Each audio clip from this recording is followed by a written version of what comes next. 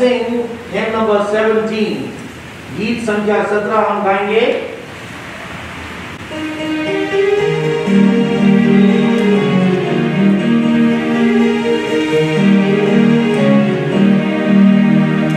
मेरा प्रभु जन्मा, प्यारा प्रभु जन्मा, मेरा प्रभु जन्मा, प्यारा प्रभु जन्मा, पापी का कारण मेरा प्यारा प्रभु जन्मा, पापी का कारण मेरा प्यारा प्रभु जन्मा।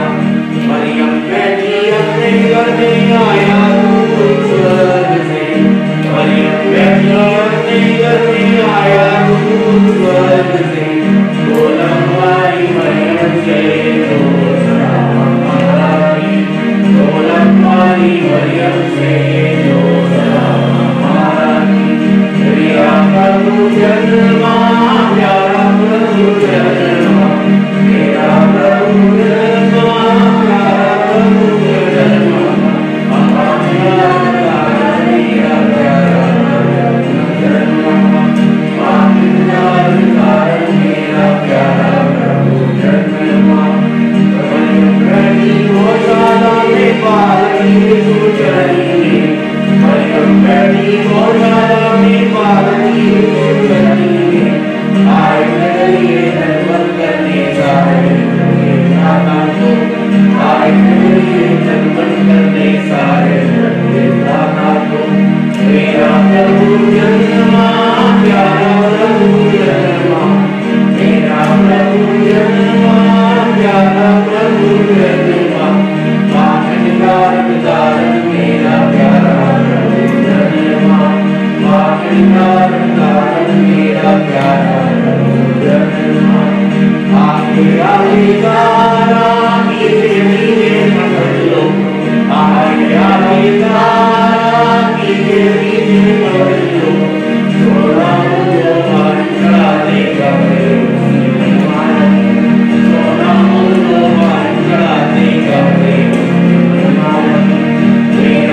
प्रभु जन्मा, प्यारा प्रभु जन्मा, मेरा प्रभु जन्मा, प्यारा प्रभु जन्मा, पापन का उद्धार मेरा प्यारा प्रभु जन्मा, पापन का उद्धार मेरा प्यारा प्रभु जन्मा।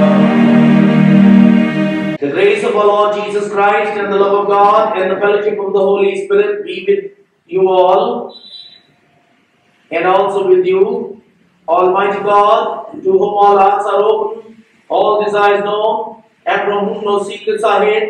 Cleanse the thoughts of our hearts by the inspiration of your Holy Spirit, that we may perfectly love you and worthily magnify your holy name, through Christ our Lord. Amen.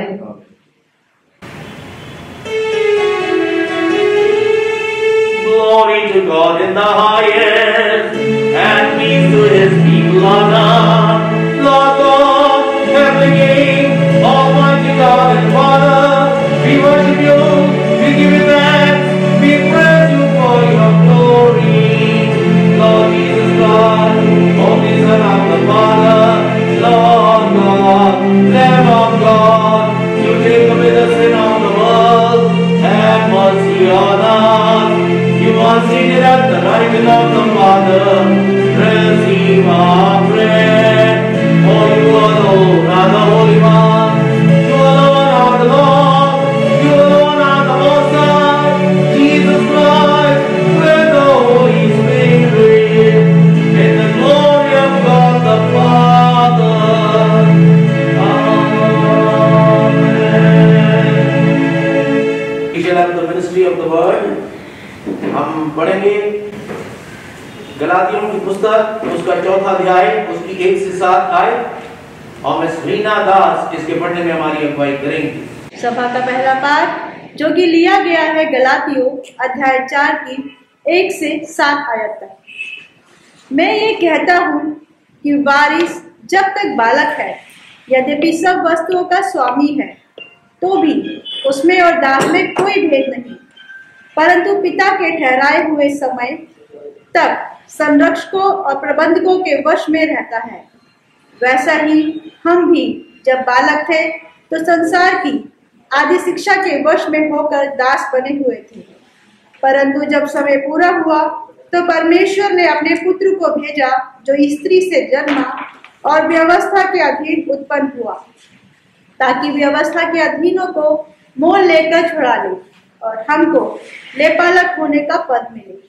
और तुम जो पुत्र हो, इसीलिए परमेश्वर ने अपने पुत्र के आत्मा को जो हे अब्बा, हे पिता कहकर पुकारता है, हमारे हृदयों में भेजा है।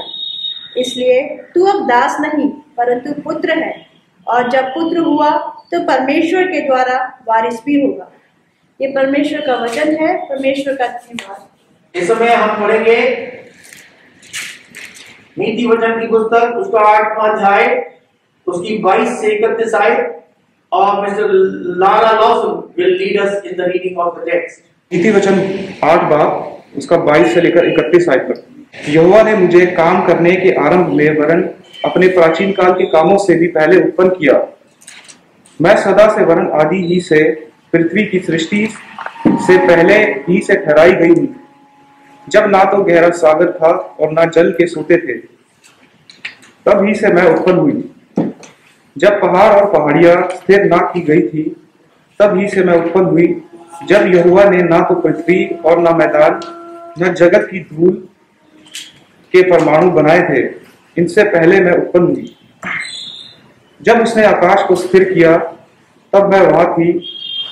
जब उसने गहरे सागर के ऊपर आकाश मंडल ठहराया, तब उसने आकाश मंडल को ऊपर से स्थिर किया और गहरे सागर के सोते फूटने लगे।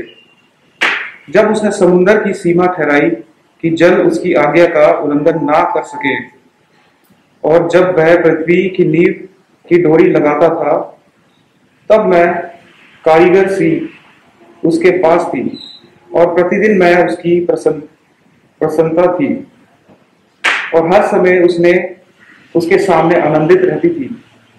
मैं उसकी बसाई हुई पृथ्वी से प्रसन्न थी और मेरा सुख मनुष्यों की संगति से होता था। ये परमेश्वर का वचन है। And the gospel is taken from the book of John, chapter 1, verse 9 to 18, and Mr. Vinod Das will lead us in the reading of the text. सभा का तीसरा पाठ जो कि लिया गया है यूहन्ना 1 अध्याय का 9 से लेकर 18 तक। यूहन्ना 1 का 9 से लेकर 18 तक, जो इस प्रकार लिखा गया है। सच्ची ज्योति जो हर एक मनुष्य को प्रकाशित करती है, जगत में आने वाली थी। वह जगत में था और जगत उसके द्वारा उत्पन्न हुआ, और जगत ने उसे नहीं पहचाना। वो अपने घर आया और उसके अपनों ने उसे ग्रहण नहीं किया, परंतु जितनों ने उसे ग्रहण किया, उसने उन्हें परमेश्वर के संतान होने का अधिकार दिया, अर्थात उन्हें जो उसके नाम पर विश्वास रखते हैं। वे ना तो लहू से, ना शरीर की इच्छा से, ना मनुष्य की इच्छा से, परंतु परमेश्वर से उत्पन्न हुए हैं। और वचन देहधारी हुआ और अनुग्रह और सच्चाई से परिपूर्ण होकर हमारे बीच में डेरा किया, और हम ने उसे ऐसी महिमा देखी जैसे पिता की एकलौते की महिमा। यूहन्ना ने उसके विषय में ये गवाही दी और कर कहा, यह वही है जिसका हमें वर्णन किया कि जो मेरे बाद आ रहा है वह मुझसे बढ़कर है, क्योंकि वह मुझसे पहले था। क्योंकि उसकी परिपूर्णता में से हम सब ने प्राप्त किया, अर्थात अनुग्रह पर अनुग्रह। इसलिए कि व्यवस्था तो मूसा के द्वारा दी गई, परंतु अनुग्रह और सच्चाई यीशु मसीह के द्वारा पहुंची। परमेश्वर को किसी ने कभी नहीं देखा, एकलौता पुत्र जो पिता की गोद में है, उसने उसे प्रकट किया। यह परमेश्वर का वचन है। पढ़े जाने को सुने जाने का धन्यवाद। हम अपने सरों को खुदा के हजूर झुकाएं। May the words of my mouth and the meditations of all our hearts be acceptable in thy sight, O Lord, our strength and our redeemer. Amen. हम जब हिब्रूज की किताब को पढ़ते हैं तो हम देखते हैं कि वहां पर वेरी क्लियरली लिखा है कि परमेश्वर ने आसमान और जमीन को अपने बेटे यीशु मसीह की हिदायत के द्वारा बनाया। उसने उसको हिदायत दी कि ये सब चीजें बनाए, और यीशु मसीह ने ये सब चीजें बना दी। और उसके बाद उसने अपने बेटे को उस सारी पृथ्वी पर और सारी चीजों पर जो बनाई गई थी अधिकार दिया कि तू इन सब का अधिकारी होगा। And then God was there protecting us through his son Jesus. खुदावंद बाप, बेटे और रूह कुदूस का एक ही सब्सटेंस है और एक ही मैटर है, but there are 3 Godheads, 3 in 1 and 1 in 3. So God is our God who wants to be with us. और परमेश्वर ने एक प्लान बना लिया बहुत समय से कि वो जब इंसान ने हुकूमत ली की और अपनी सल्तनत को खो दिया, अपनी ऑनर को खो दिया, तो खुदावंद ने ऐसा किया कि एक विधान निकाला और उसने कहा कि मैं तुमसे मिलने आया करूंगा। और अनेकों बार बाइबल में हम देखते हैं कि यीशु अपने लोगों से मिलता रहा, उन्हें बचाता रहा। गॉड द सेवियर, यहोवा मसीहा।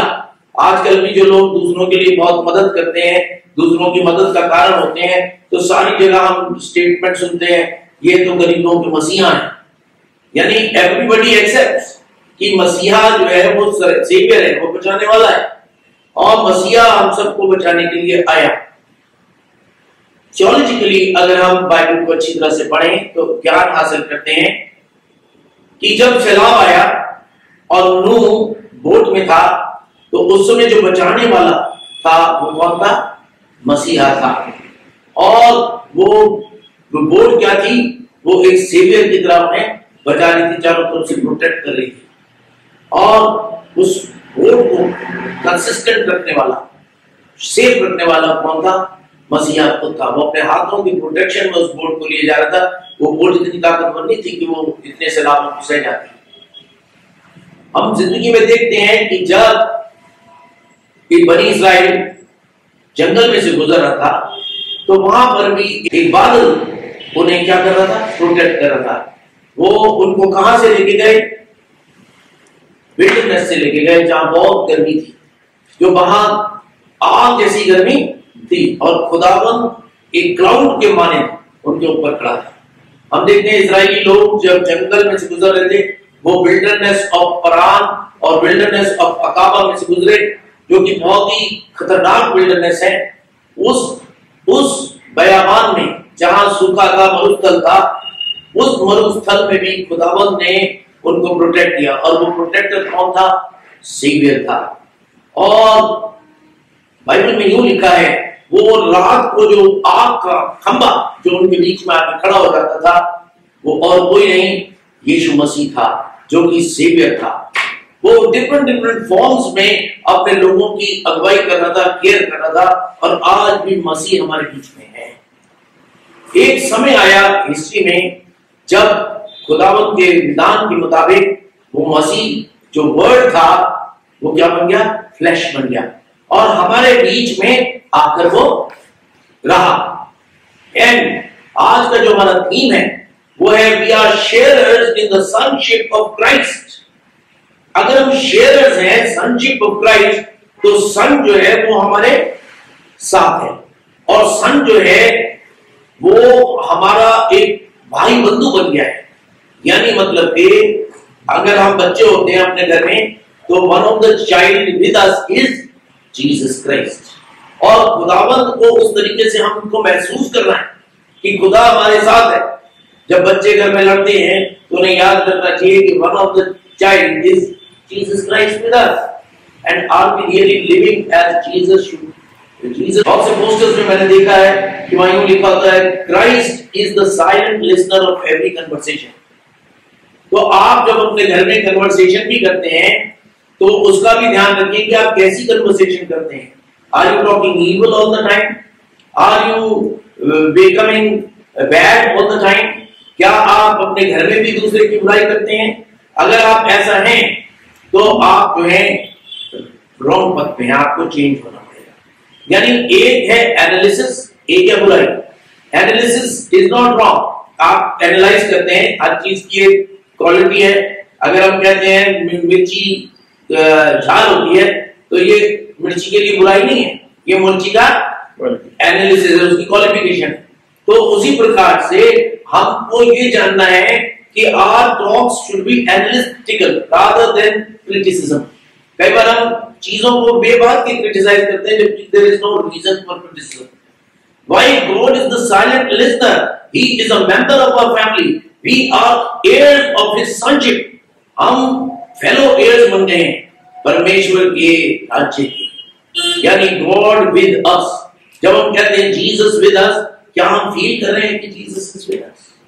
And if we are really not understanding this depth, then we need to understand it. अगर हम बाइबल को अच्छी तरह से पढ़ें तो वहां लिखा है कि जो लॉ है, जो बाइबल है, वो इट इज अ पेडागोगस. अब पेडागोगस क्या होता है? अगर शब्द यूज किया गया है ग्रीक में पेडागोगस वो होता है जो कि बच्चे की उंगली पकड़कर उसे स्कूल लेके जाता है. यानी मतलब पेडागोगस जो है वो स्लेव है जो बच्चे की उंगली पकड़कर उसे पाठशाला लेके जाता है, और पाठशाला में जाके वो बच्चा पढ़ता है, जिस पढ़ाई से उसका दिमाग का काउंटेनेंस चेंज हो जाता है. यानी एक बंदा जब उसका दिमाग का काउंटेनेंस चेंज हो जाता है तो वो बंदा पूरा परिवर्तित हो जाता है. तो परमेश्वर कह रहा है कि मेरा वचन जो है वो पेडागोगस है, यानी वो उंगली पकड़ के ले जाने वाला है जो कि तुम्हें ले जाके परमेश्वर से मिलवाता है, ताकि तुम परमेश्वर के मुंह को देख सको. अगर हिब्रूज की किताब ना लिखी जाती तो हमें पता नहीं चलता कि परमेश्वर ने ऐसा वचन में लिखा हुआ है कि उसने आसमान और जमीन अपने बेटे यीशु मसीह के द्वारा बनाया. नहीं तो हम यही सोचते क्रिएटेड गॉड क्रिएटेड इट. शब्द था आदि में, वचन था, वचन परमेश्वर के साथ था और वो परमेश्वर था, और वो वचन देदारी हुआ. यानी कौन देदारी हुआ? वचन देह में आ गया और वो कौन हुआ? यीशु मसीह हुआ. तो खुदावंद मुझे और आपको कह रहा है let us realise the presence of God. कई बार हमको पता नहीं होता कि खुदा है कहां, खुदा हमारी सुन क्यों नहीं रहा. कई बार हम दुआ करते हैं हमें खुदा तो ये दे दे, खुदा वो दे दे, मगर खुदा हमें दे ही नहीं रहा होता. तो हम कहते हैं खुदा है ही नहीं. सच में जो कहेगा कि मैं मुझे ये नहीं मिलेगा, खुदा कहता है तुझे बिल्कुल नहीं मिलेगा.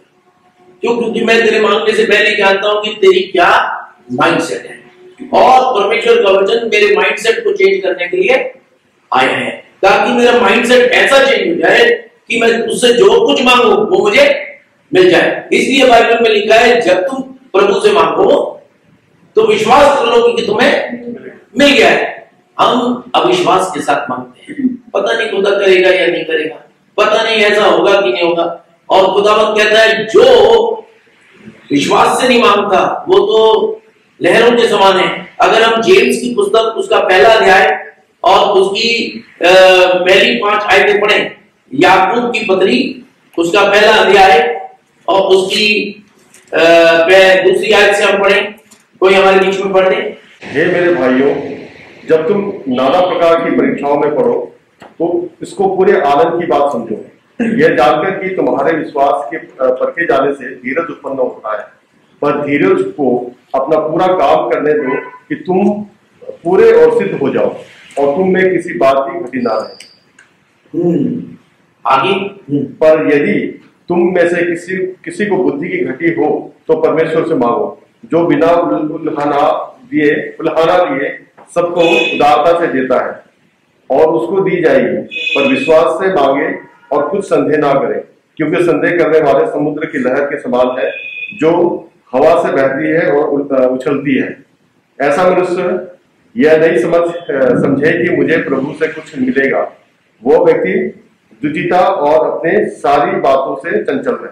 हाँ, यानी मतलब ये परमेश्वर का वचन कह रहा है कि जो कोई मांगे विश्वास से मांगे, और अगर कोई विश्वास से नहीं मांग रहा तो वो पहले ही जान ले कि जो चीज वो मांग रहा है वो उसे नहीं मिलेगी. इसका मतलब आपको अगर आप कुछ भी मांग रहे हैं तो वो आपको मिल जाएगी अगर आप विश्वास से मांगेंगे. यानी मतलब कि जो बंदा चाहता है कि वो विश्वास से कुछ भी मांग रहा है, सपोज करें आप डॉक्टर बनना चाहते हैं और आप चाहते हैं कि मैं डॉक्टर बनूं, मगर आप डॉक्टर बनना तो एक डिजायर है, मगर उसके लिए मेहनत भी करनी है. क्योंकि अगर आपने वो मेहनत नहीं की तो आप किस बात के डॉक्टर? आपको नॉलेज गेन तो करनी पड़ेगी. हम बनना तो चाहते हैं मगर हम उसके लिए मेहनत करना नहीं चाहते. अगर आपको इंजीनियर बनना है तो आपको सारी इंजीनियरिंग की जो टेक्निक्स हैं वो पढ़नी ही पड़ेंगी।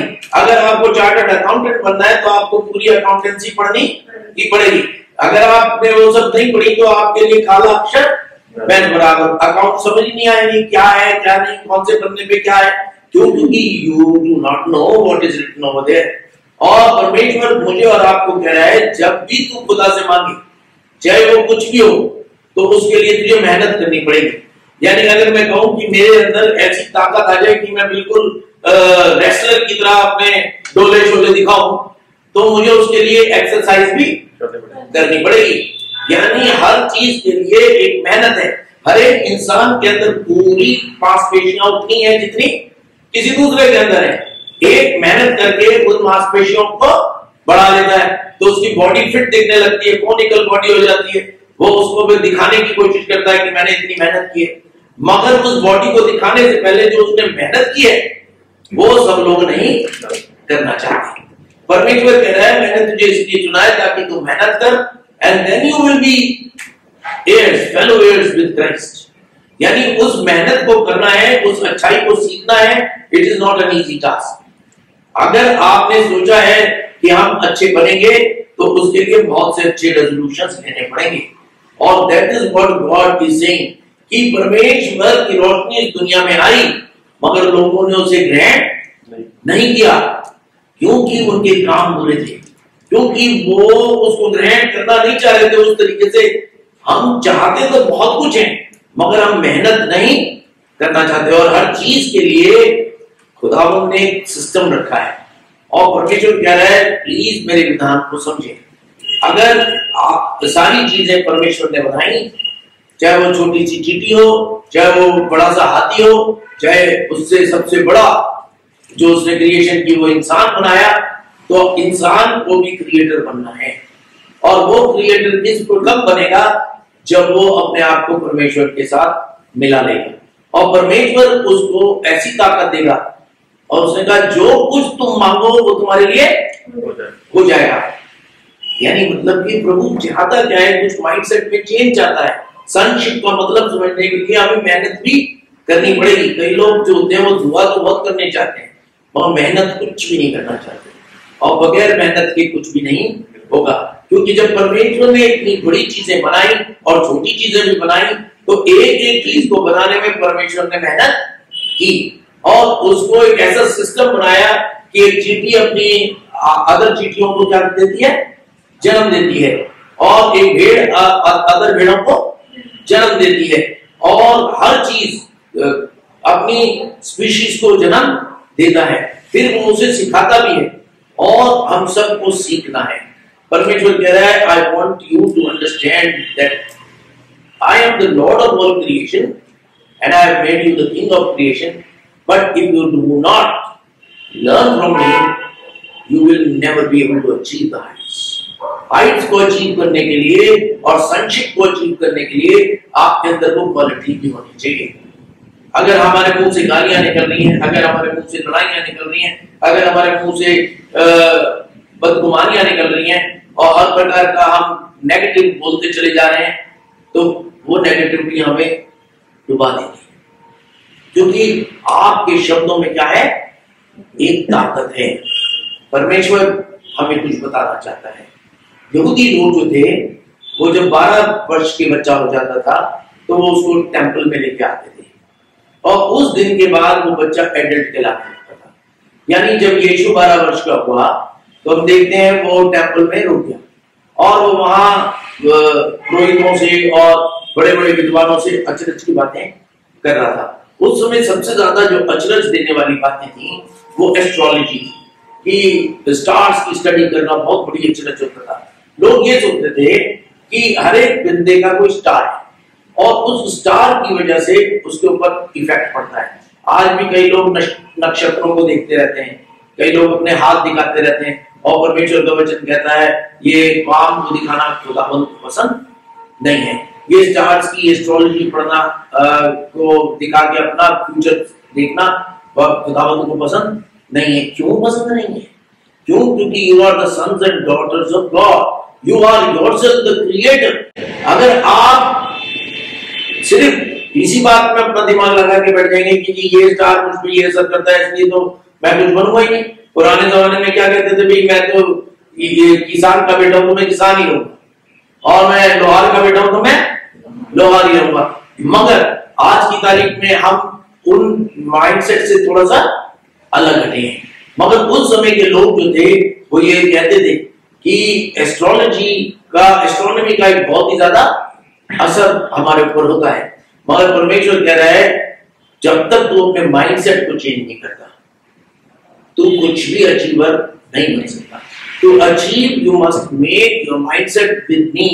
तू अपने माइंडसेट को मेरे साथ मिला ले, and then I will make you sons and daughters of God. और रोशनी इस दुनिया में आई मगर लोगों ने उसे ग्रहण नहीं किया। मगर जितनों ने उस रोशनी को ग्रहण किया उसने उनको sons and daughters of God होने का खिताब बख्शा। यानी मतलब कि sons and daughters of God will change things, they will bring changes in the world. खुदावंद कह रहा है कि जब आपके ऊपर कोई भी प्रॉब्लम आए, वाली का नाना प्रकार की जब तुम प्रार्थनाओं में प्रॉब्लम्स में फंसो तब तुम क्या करो, प्रार्थना किया करो और तुम खुदा से मदद मांगो और खुदावंद तुम्हें राह दिखाएगा। मगर वो राह सही की राह होगी, ये नहीं कि इसको टोपी बनाई उसकी टोपी बनाई उसकी। कई लोग टोपियां ही बनाते रहते हैं, किसी को कोई टोपी किसी को कोई टोपी। मगर खुदावंद कहता है तुम जो हो अच्छे लोग बनना, मेरी राह पर चलना, तब खुदावंद की रोशनी जो समझ से बिल्कुल परे है वो तुम्हारे दिमागों को मसीह यीशु में सुरक्षित रखेगी। तब तुम खुदावंद से जो कुछ मांगोगे वो तुम्हारे लिए हो जाएगा। परमेश्वर से मांगने वाले बनो, और जब खुदावंद से मांग लिया कि खुदावंद मैं इसके लिए मांग रहा हूं तो उसके लिए मेहनत भी कर। कई लोग कहते हैं खुदावंद तू मुझे पास करा दे, मगर किताब खोल के नहीं पढ़ती। क्यों? क्योंकि भैया फिर पास कैसे हो जाएंगे? इसका मतलब जो आपने दुआ की थी वो दुआ अधूरी थी। आपको खुदावंद से ताकत मांगनी है कि आए खुदावंद तू मुझे इस प्रॉब्लम को का हल दे। तो प्रभु आपके साथ है और खुदावंद आपके साथ साथ चलेगा। जैसे मन्ना खिलाई उसने, 40 साल तक मन्ना आती रही और खुदावंद अपने लोगों को कहता है आई विल प्रोवाइड, मैं तुम्हें Jehovah Jireh my provider, but he will provide you with heart. खुदावंद कहता है तुम अपनी सेवा सच्चे दिल से करते रहो और प्रभु तुम्हारे साथ होगा, तुम्हारी अगुवाई करेगा और तुम्हें बरकत देगा। प्रभु आप सबके साथ हो। आइए हम प्रार्थना करें। परमेश्वर हम तेरा धन्यवाद देते हैं कि आप हमें इस चर्च में लेके आए। प्रभु कलीसिया आजकल बिकॉज ऑफ कोविड हम एक साथ नहीं मिल पाते हैं, पर फिर भी खुदा को परमेश्वर हम चाहते हैं कि तेरे लोग तेरे लहू में छपे रहें और खुदावंद तेरी होली स्पिरिट हमें गाइड करे और हम तेरी अगुवाई में बहुत से फल आए और खुदावंद तेरी बरकत हमें मिलती रहे। हर एक खतरे से, हर एक बीमारी से, हर एक प्रॉब्लम से हम सबको बचा और अपने प्रेम में बनाया। यीशु मसीह के वसीले से मांगते हैं, आमीन। जैसा कि आप सब लोग जानते हैं कि हम चर्च में आजकल नहीं आ पाते क्योंकि कोविड है और हम चाहते भी नहीं कि बहुत से लोग चर्च आए, क्योंकि जब तक बीमारी चल नहीं जाती परमेश्वर का वचन कहता है अपने घर में छुपे रहो, अपने घर में बच के रहो। अगर हम देखें कि जिस समय प्लेग आए मूसा के समय में, तो जो जानवर थे, जब जानवरों पे प्लेग आए तो जानवरों को ये नहीं कहा कि जानवरों को घर में घुसा लें, मगर जब आदमियों पे प्लेग आया तो खुदावंद ने कहा सारे के सारे जो लोग हैं वो छुप के रहना, घर के अंदर रहना, और उस घर पे तुम डोर पोर्ट्स और लिंटल्स पे तुम लहू को लगा देना और बल्ले को काट के उसके लहू को डोर पोर्ट्स और लिंटल्स पे लगा देना और जितने घर में होंगे वो सब बचा लिए जाएंगे। यानी मतलब कि परमेश्वर का विधान है कि हम सब खुद भी बचें, दूसरों को भी बचाएं। इसलिए हम हाथ जोड़ के सबसे गुजारिश करते हैं कि आप अपने घर पे रहकर ही ऑनलाइन प्रार्थनाओं में जुड़े। मगर कई बार ऐसा होता है कि लोग काफी हतोत्साहित हो जाते हैं कि भैया बहुत दिनों से चर्च नहीं गए, तो ऐसे केस के लिए हम चर्च खोल देते हैं ताकि आप लोग चर्च में आके you may have the feel. मगर चर्च के अंदर सिर्फ 38 सीटें हैं और आज तो खैर इतनी बारिश है कि हम सिर्फ 1, 2, 3, 4, 5 ही लोग इस समय चर्च के अंदर बैठे हैं। और पूरा चर्च खाली है, मगर फिर भी हमारी एक गुजारिश है कि आप लोग जो है ऑनलाइन जुड़े रहें, परमेश्वर के वचन को खूब अच्छी तरह से सुने, पढ़ें और उस पर चिंतन मनन किया करें। और सबसे ज्यादा आप जो है प्रभु को जानें। हमारी कॉर्पोरेट प्रेयर मीटिंग्स यानी मतलब सामूहिक प्रेयर मीटिंग हर वेडनेसडे को होती है और वो 7 बजे होती है। अब फिर आपको गुजारिश करेंगे कि वेडनेसडे की मीटिंग में आप लोग सब आए। हम आप सबको आमंत्रित करते हैं कि आप लोग हमसे कांटेक्ट करें, अपने घर पे जूम प्रेयर मीटिंग रखें। पहले तो पादरी लोग घर जाया करते थे, मगर आजकल यही नहीं पता चलता कि आप कहीं हेल्थी कैरियर ना हो, तो इसलिए सरकार भी कह रही है जितना एक दूसरे से दूरी मेंटेन करें, एक दूसरे को बचा के रखें। जब तक दवाई नहीं तब तक ढिलाई नहीं। तो खुदावंद हमें ऐसे टॉपिक पर ताकत दे कि हम सब खुद ही भी बचें, दूसरों को भी बचाएं। तो खुद बचना ही काफी नहीं है, औरों को बचाना होगा। इसीलिए आपके पास ये ऑनलाइन सर्विसेज भेजी जाती है। आप देख रहे हैं कितनी गड़गड़ाहट है, बारिश है, इतनी बारिश में भी आई एम सो प्राउड कि 5 people are here in the church। और हमने इसलिए बहुत नोटिस भी नहीं डाला ताकि आप लोग जो है, क्योंकि बारिश वॉज प्री जिस टाइम पहले से बता दी गई थी कि आज बारिश होगी, तो वी वर रेडी कि आज बारिश होगी। तो इसलिए हम चाहते हैं सब अपने घर से जुड़े, ऑनलाइन प्रार्थनाओं में भी आप जुड़े, कॉर्पोरेट प्रेयर मीटिंग जो कि बाइबल स्टडी होती है उसमें जरूर से जुड़े। और आप अपने चंदे जो हैं, आप जब सेकंड गाना होगा उसमें आप अपने चंदे कलेक्ट करेंगे अपने घर पे और उनको चर्च के अकाउंट्स पे ऑनलाइन ट्रांसफर कर देंगे। अगर आप ऑनलाइन ट्रांसफर करना आपको मुश्किल होता है तो आप क्रॉस चेक बना के चर्च पे एक रजिस्टर रख दिया गया है, उस रजिस्टर में आप अपनी एंट्रीज कर देंगे। आप अपना चेक नंबर, चेक डिटेल्स और उसका अमाउंट डिटेल्स और आप अपना सब्सक्रिप्शन दे रहे हैं कि डोनेशन दे रहे हैं, वो सबके सेक्शंस बने हुए हैं उस रजिस्टर में, आप उसमें अपने हाथों से लिख देंगे। अगर आपको चेक देने में भी मुश्किल होती है तो हम लोगों ने सोचा एक नया तरीका निकाला है कि आप अपना कैश भी रजिस्टर में रजिस्टर कर सकते हैं। आपके अगर डोनेशन बॉक्सेस अभी तक आपके घर पे पड़े हैं तो आप उनको कैलकुलेट कर लें, खोल लें और उनका अमाउंट जो है वो आप उस रजिस्टर में लिख के रख सकते हैं। और वो रजिस्टर जो है वो सलीम भाई के पास है। सलीम भाई आपसे वो पैसा ले लेंगे और आप उसमें रिकॉर्ड कर देंगे वो कितना भी आपने अमाउंट डाला है, अपना सब्सक्रिप्शन नंबर और डिटेल्स। और उसके बाद सलीम भाई जो है वो पैसा जो है वो ट्रेजरर को दे देंगे और ट्रेजरर उसकी अकॉर्डिंगली रिसीट काट देंगे और वो रसीद आपके पास तक पहुंच जाएगी। तो प्रभु में बने रहें, एक दूसरे के लिए प्रार्थना करें और खासतौर से अपने पास्टर के लिए भी प्रार्थना करें कि वो आत्मिक उन्माद से भरे रहें। आइए हम प्रार्थना करें।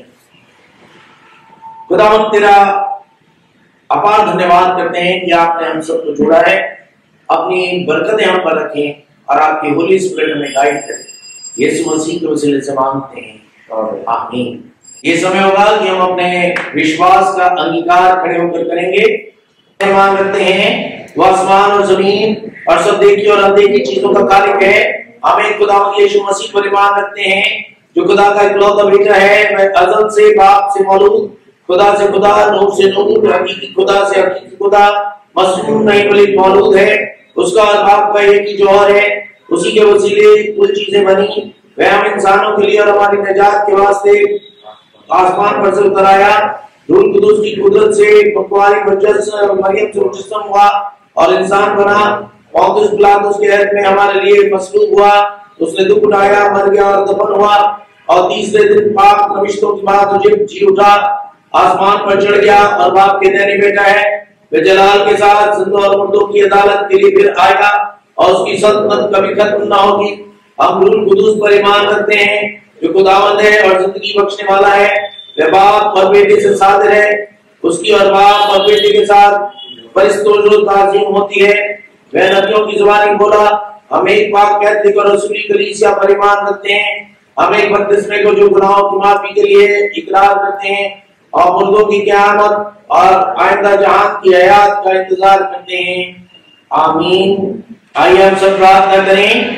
खुदा ने दुनिया से ऐसी मोहब्बत रखी कि उसने अपना इकलौता बेटा यीशु मसीह बख्श दिया कि वह हमें गुनाहों से बचाए, आसमान में हमारे लिए सिफारिश करे और हमें हमेशा की जिंदगी को कायम रखे। आइए हम तौबा और ईमान के साथ अपने गुनाहों का इकरार करें।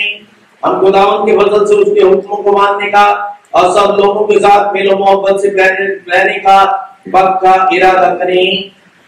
आए तमाम कुदरत के खुदा, हमारे आसमानी बाप, हमने ख्याल, कौल और फैल से तेरे और अपने साथियों के खिलाफ गुनाह किया है। हमने अपनी नादानी और कमजोरी के बायस और जानबूझ के भी बुराई की है और बुराई करने में नाकामयाब रहे हैं। इन सब के लिए हम निहायत गमगीन है और तौबा करते हैं। तेरे बेटे यीशु मसीह ने हमारे लिए अपनी जान कुर्बान की है, उसी की खातिर हमसे जो कुछ हुआ है माफ फरमा और यह बात कि हमारी नई जिंदगी में तेरी खिदमत में जलाएं ताकि तेरे पाक नाम का जलाल जाहिर हो। आमीन। तमाम कुदरत का खुदा उन सबको माफ करता है जो अपने साथियों को माफ करते हैं और सच्चे दिल से वह हम पर रहम करे, हमें हमारे गुनाहों को बख्शे और उन सब से हमको रिहाई दे। हर तरह की नेकी में हमको मुस्तक़बिल को मजबूत करे और हमें हमेशा की जिंदगी में कायम रखे हमारे खुदा यीशु मसीह के वसीले से। आमीन। खुदा का शुक्र हो।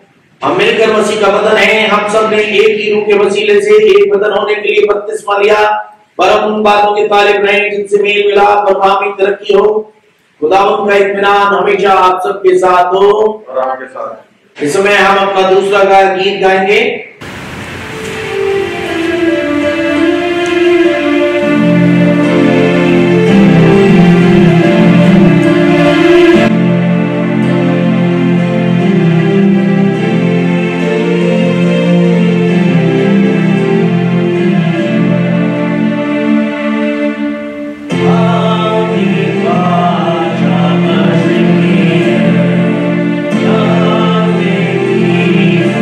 Amen.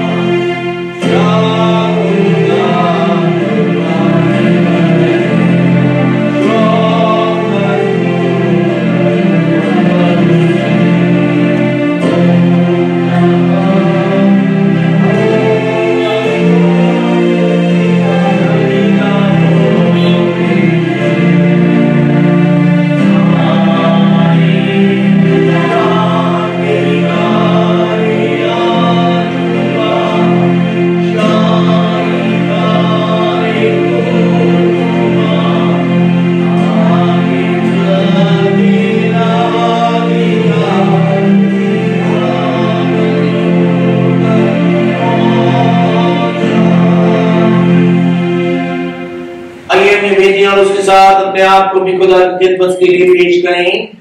आज तमाम कुदरत की खुदा दुनिया की तारीफ सब चीजें तेरी तरफ से मिलती हैं और तेरी चीजों में से हमने तुझे दिया है।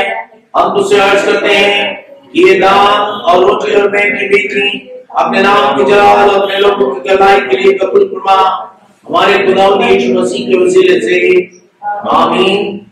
खुदावंद यहाँ मौजूद है, हमारे साथ है। अपने दिल नाला में बालक लगाओ, हम खुदावंद अपने खुदा का शुक्र अदा करें जैसे हमारे मुंजी यीशु ने हमें सिखाया।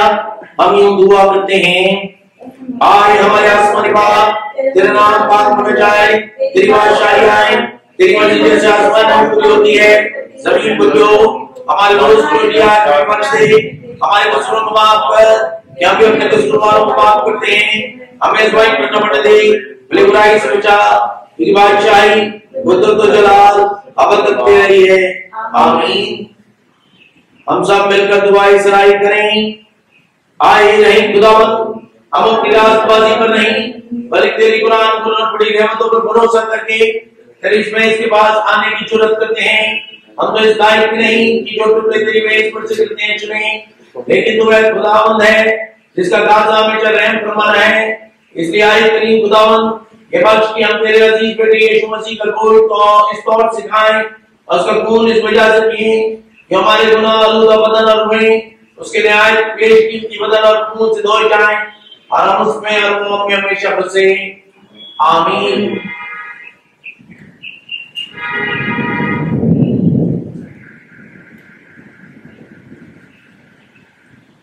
खुदा का इत्मीनान जो समझ से बिल्कुल बाहर है, तुम्हारे दिलों और ख्यालों को खुदा और उसके बेटे हमारे खुदा यीशु मसीह की पहचान और मोहब्बत में महफूज रखे और कादिर मुतलक खुदा बाप भेजे और उन कुदस की बरकत तुम पर हो और तुम्हारे साथ हमेशा रहे, आमीन।